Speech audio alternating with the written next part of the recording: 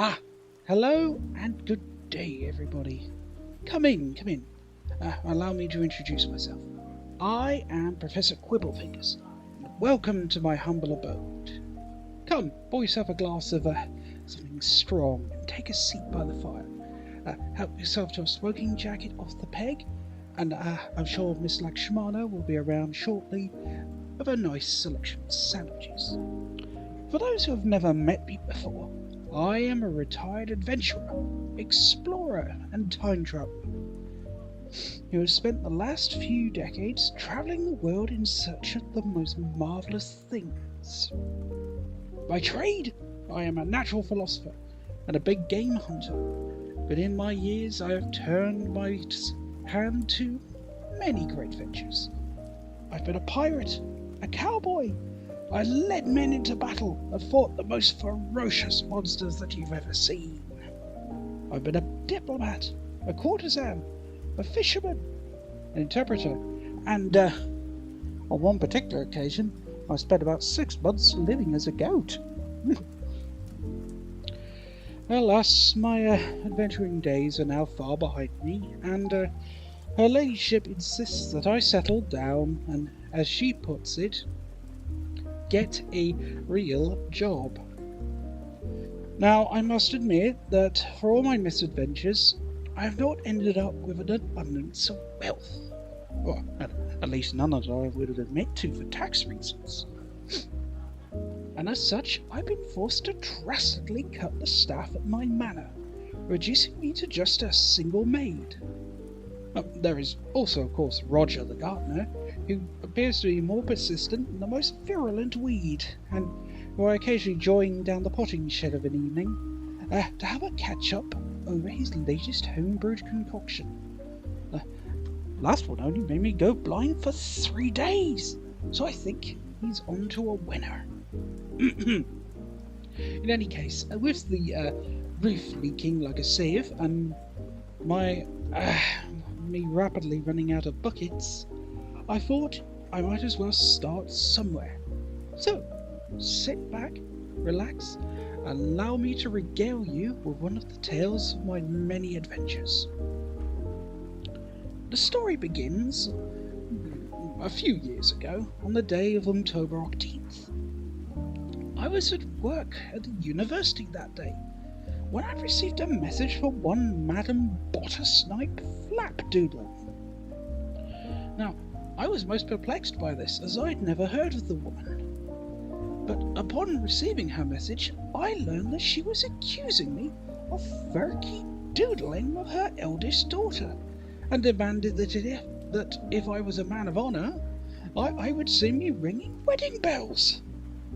Now, I can assure you that my talk of birds and beasts with this young lady were mainly in reference to my enormous collection of beehives and the fact I own the largest aviary in this part of the world.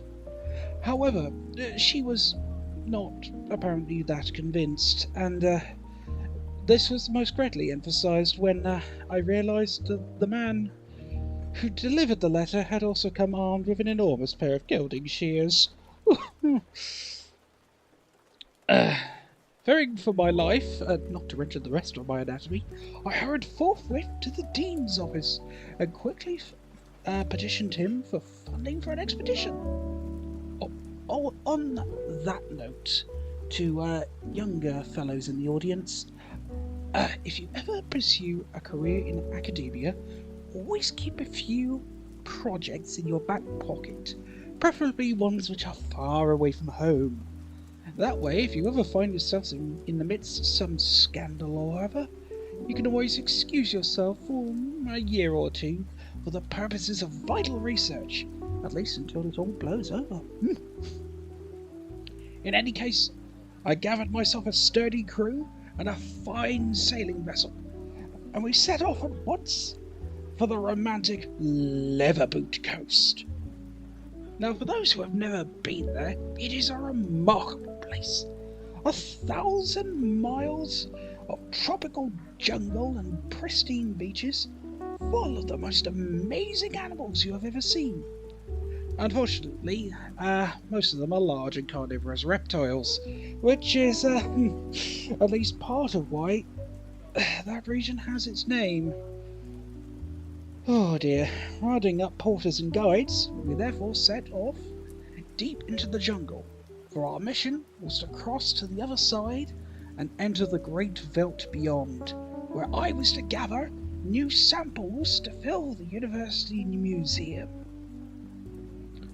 Oh, for miles we trekked through the blackest forests of Ungala, up the slopes of Mount Mokakiwa, and down the valley of the Boogie. Oh, there was rain, heat, snow, horrifying creatures, maidens who seemed to come from nowhere and then disappear back into the jungle. It's better not to ask questions. It is then, however, that we encountered our first major obstacle. A river 10 miles wide and infested with crocodiles. Woo! Now, at first, I thought it would be best if we built ourselves a bridge across said waterway. Sadly, that ended in failure. Apparently, the locals are none too keen to be eaten by crocodiles, no matter how much you're willing to pay them. It was therefore decided we should cross this river by boat. Yeah, we built ourselves several sturdy canoes and set off across the great waterway. It was going quite well at first, I thought. Only a handful of people had been devoured, and we would soon reach the other side. In fact, I was so relaxed, I thought it'd be time for a spot of fishing. I set myself up in the bow of the boat, with my rod in hand, and a nice decanter off to one side. I was down to my 12th gin and tonic, when at that point, I felt a knock on the end of my line. Quickly, I grabbed it and started to haul in my catch, but found to my surprise I could barely move it. Try as I might, what I was doing was dragging the boat down deeper into the water, and I surmised I'd hooked myself a log on the bottom of the riverbed. Seeking to free the hook, I quickly hurried to the back of the boat, where I fished out a stick of dynamite, which I tossed into the water. The resulting explosion did indeed free the hook, and unfortunately revealed exactly what I was that I'd hooked. A serpent of most extraordinary size. Quickly, the foul beast lashed out and wrapped himself around me as my crew fought valiantly to poke it with sticks. I was lucky, however, for, sensing danger, I had already donned a porcupine skin overcoat, forcing the snake to release me. It was then, however, it reared back with its deadly fangs. It lashed out and attempted to devour me. Summoning my courage, I jammed my fishing rod into its mouth and forced it to stay open. And unfortunately, as it then reared back to escape, I was caught by my own hook, and you might even say I was hoisted by my own petard. I found myself suspended in midair, hanging above the maw of a ferocious monster.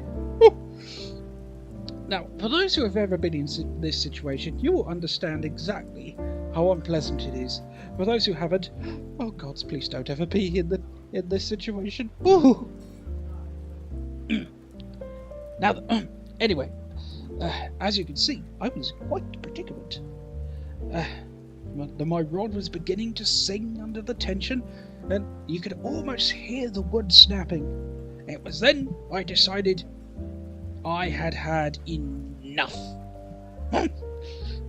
Summoning all my courage and strength, I reached down inside the foul serpent, groping around in its all of its innards.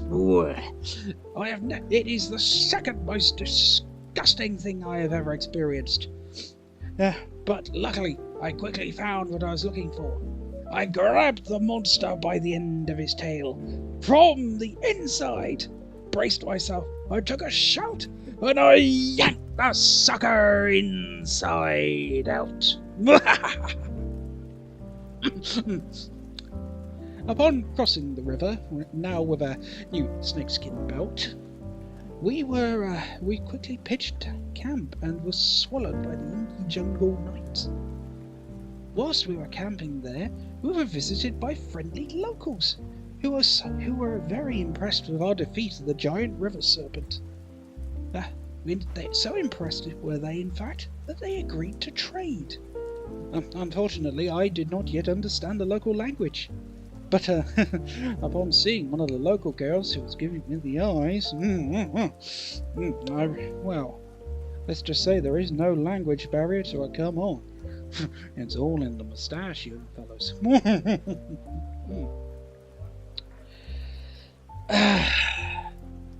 It is then, however, that I made my mistake.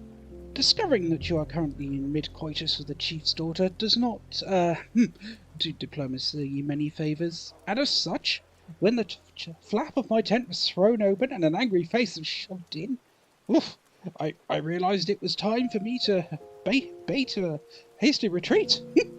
It took me 3 days to lose them in the jungle, and another 2 after that to get the arrows out of my backside. Oh dear, what a pain in the proverbials. In any case, after weeks of hiking through the jungle, we finally reached it, the vast expanse of the savannah. Oh, it is a wondrous place, full of more species than you could shake a stick at. But I was tasked with gathering as many of them as I could. There were things we were looking for. A Kasai Rex or a deadly behinder, with all its many backsides. As for such, I set forth into the veldt. Just me, my gun bearer, and the biggest rifle I could carry. We trekked for hours, looking for things to hunt, and all of a sudden, what is that? I could see a speck on the horizon. I wasn't sure what it was. So, I scrambled atop a nearby termite mound and hauled out my field glasses. Taking careful look, I zoomed in and, I called down to the gun bearer. No need to fear, friend. It is merely a tick bird, the kind that's always found on the back of a black rhinoceros. At which point we both shared a look.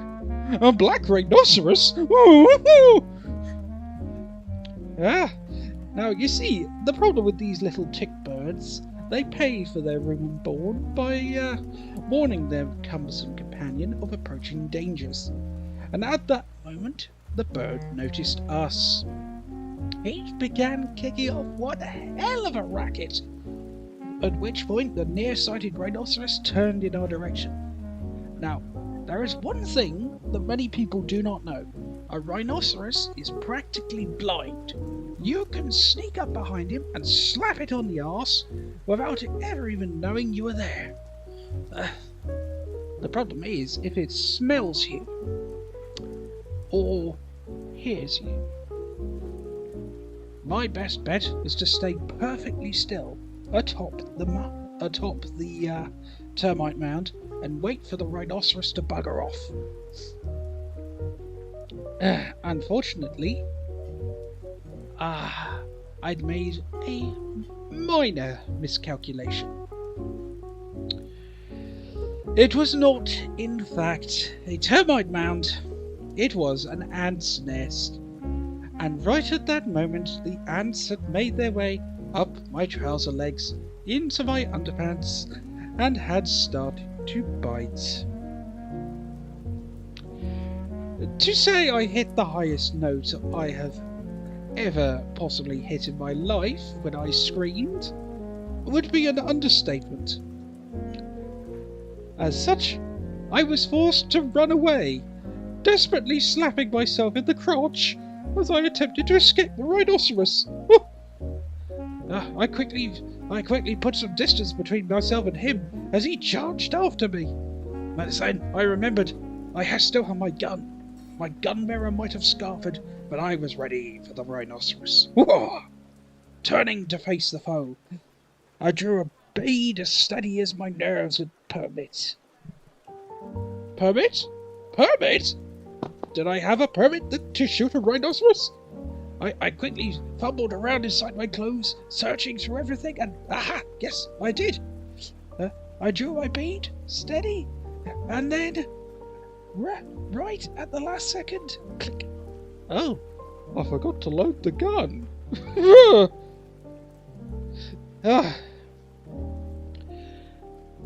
To say that the next few minutes were rather exciting would be an understatement. For those who have never tried to fight a rhinoceros in melee combat with nothing but a pocket knife, I must say I do not recommend it. Several days later, I eventually made it to a nearby aid station, having been thoroughly trampled and gored.